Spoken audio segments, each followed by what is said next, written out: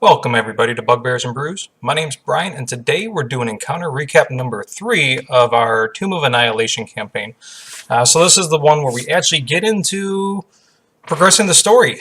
Yeah, that was a good time, right? So start off with you guys returning to Port Nyanzaru, and from there you guys are like, hey, we have these 5 magic arrows we are going to do absolutely nothing with, so let's try to hawk them. Turned out, though, that there's a merchant prince, or princess in this case, that has the market on magic items. So unless you have her handy-dandy seal of approval, you can't really sell these. So you went out and tried to meet with her, and I want to say she was, no, I will say, she was dickish, and really lowballed your offer, offered to give you guys 5 gold apiece for them. That wasn't acceptable by you guys. So she's like, all right, well, you then bartered to try to get for the, or tried to barter for the seal. In the end, you guys wound up turning down any offers that were made. She wound up turning down any offers you made. And then you're like, we're just going to go visit the black market. And immediately you guys understood that saying such a thing is going to get you tailed. So heading over to River and Flask, you guys are keeping your eye out, lose your tail, talk to River and Flask, and they just happen to know where the black market is. Who would guess that the guides that are not on the up and up know where the black market is? And from there, you guys continue to go to the black market. I think it was River, Flask, and Sai. Yeah, I think those are the ones that went. And they made it there without issue. No tails, so that's good. And a little bit of bartering back and forth, and I think you wound up getting 30 gold apiece for them. River and Flask were happy with that because they get 25% of all that, right? Thanks to getting a share each for the all loot, so they're really happy already. And then from there, you guys wrapped up, got the last little goodies that you needed from town, and headed out. So recalling our course here, we are going down the river. We're going to try to go and find Mubala, and then from there, strike out and try to find the ruins where this supposedly helpful Naga lives.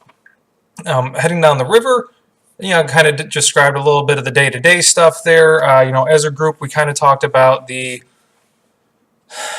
not bogging the story down with random encounters. Yes, there's going to be random encounters in there just to kind of get you guys feeling your characters and that kind of stuff there. But I'm not going to be sitting there throwing out random encounters, 2 or 3 a day. That's just, it bogs down the story too much.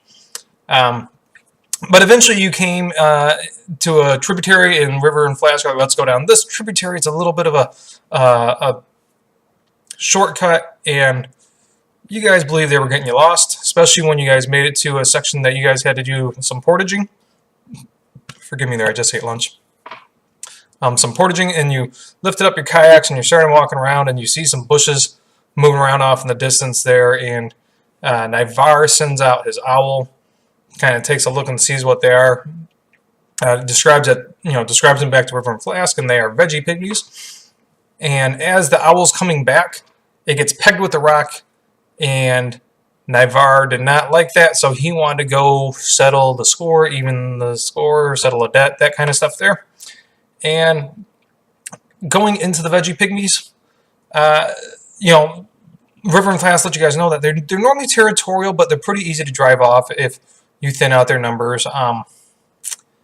But also, if you just kind of let them be, they'll let you be. Of course, having the owl go down wasn't ideal. So from there, Naivar grabbed the rock, headed off, and everybody followed. And didn't take long for combat to ensue. A little bit tougher than I thought. But mainly, I don't know if it was tougher because of my dice rolls, because I wound up critting like Tim twice in a row. I wound up critting one of the cats, I forget which one, like once or twice in a row. Really dangerous just because of good dice rolls. And then, all in all, because you guys are in this bushy area, I gave everybody a +2 to their AC on range attacks if you're more than 15 feet out. Just due to like some light obscurity there. I think the moment that really stuck out to me was Anthony, who plays Sai the monk, ran off to the north and kind of skirted around stealthily, and everybody in the party was like, "Oh, great! Our first combat, and one of our guys is just heading out. Like, see you later." But as the fight is starting to turn towards the players starting to get their asses handed to him, he comes running up out of the jungle, winds up landing I think a critical hit on his main attack, and then on his offhand attack he hit as well, wound up taking one of the Vigipigmies down immediately. That really stood out as like a cool cinematic moment. The way, it's just everybody's kind of starting to feel the pressure, and then boom, here comes the guy you thought that fled to come help you out again. In the end, 2 Vigipigmies wound up running away. One of them died in its exit strategy. I plan on having them run away sooner, but because of the way the initiative order turned out, you guys wound up killing them far further down than I expected. So, I mean, it is what it is. And you found out that they were digging up Wrathroot. So you guys were able to obtain 2 Wrathroot. I don't recall who's holding on to them, but the main thing is when you ingest Wrathroot, you get 2d4 temporary hit points. Cool. Buffs. Continuing along the portage route, you actually did come to the main river again, and so what you thought was River and Flask getting you lost actually did turn out to be a little bit of a shortcut. From there, you continue down the river and eventually came to Camp Righteous, which is an abandoned Order the Gauntlet, or abandoned Order the Gauntlet camp. It had this big crocodile statue, or is a statue of a man with a crocodile on his back, and the statue was built into this hill, and the statue's like 80 feet tall, and there's a cave in between the statue's feet. The camp is still somewhat existent, but definitely in tatters. So you could see like there's tents and whatnot there, but they're all mildewy and rotting, and have holes all over them. You break out, start exploring the camp, and Carr walks over a tripwire and makes a small rattling noise. And he starts looking around. He sees a couple things odd, which was mainly totems. There was 3 totems stacked up. And as he looked at the totems a little bit closer, he realized that these totems are creatures standing on top of each other's shoulders. Carr, being an underwater race, called them Gerblins, I think. Gremlins, Gerblins, something. I forget what he called them, but eventually said, "Hey, look, these things, they're not really totems. They're people or monsters or creatures. And you tried to kind of see what they're doing here, and they taunted you a little bit. And I used the song for my daughter's swim class. I admitted that. But the taunt that they were using from that was also kind of a hint into future things there. So keep that in mind. But I got to use my fun goblin voice. I love my goblin voice. So that made me happy. Yeah, so they went ahead, and from there combat broke out because these goblins didn't want you in their area. Initially, I understood the totems wrong. I thought each totem member got an attack, but it's only the top one that got the attack and the bottom one that maintained the stack there. So once I got that under control, combat wasn't as bad as I thought it. It started off really, really rough because of my misunderstanding of the mechanic. That said, them having advantage on all their attacks was a little bit more damaging. And then once a couple of the towers got knocked down, and when that happened, the goblins spread out. So they didn't regroup and form a single tower. So instead of dealing with 2 attacks, you guys were now dealing with 6 attacks. The 2 attacks had advantage, but now these 6 attacks didn't. When you work it out, if you assume half of those are going to hit, you go from the 2 hitting with advantage to 3 hitting without advantage. So the 3rd stack that was off in the distance, they were trying to get into an axe beak pen that still actually had axe beaks in it. And they managed to get into it, but then Naivar rushed up. Was it Naivar?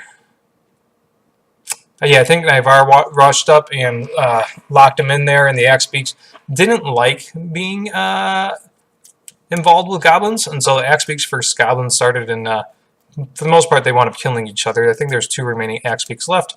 As Sai was sneaking around once again, because Sai likes to sneak around, he wound up coming across the lead goblin in the tent, and he was looking over some stuff. He wound up subduing the lead goblin.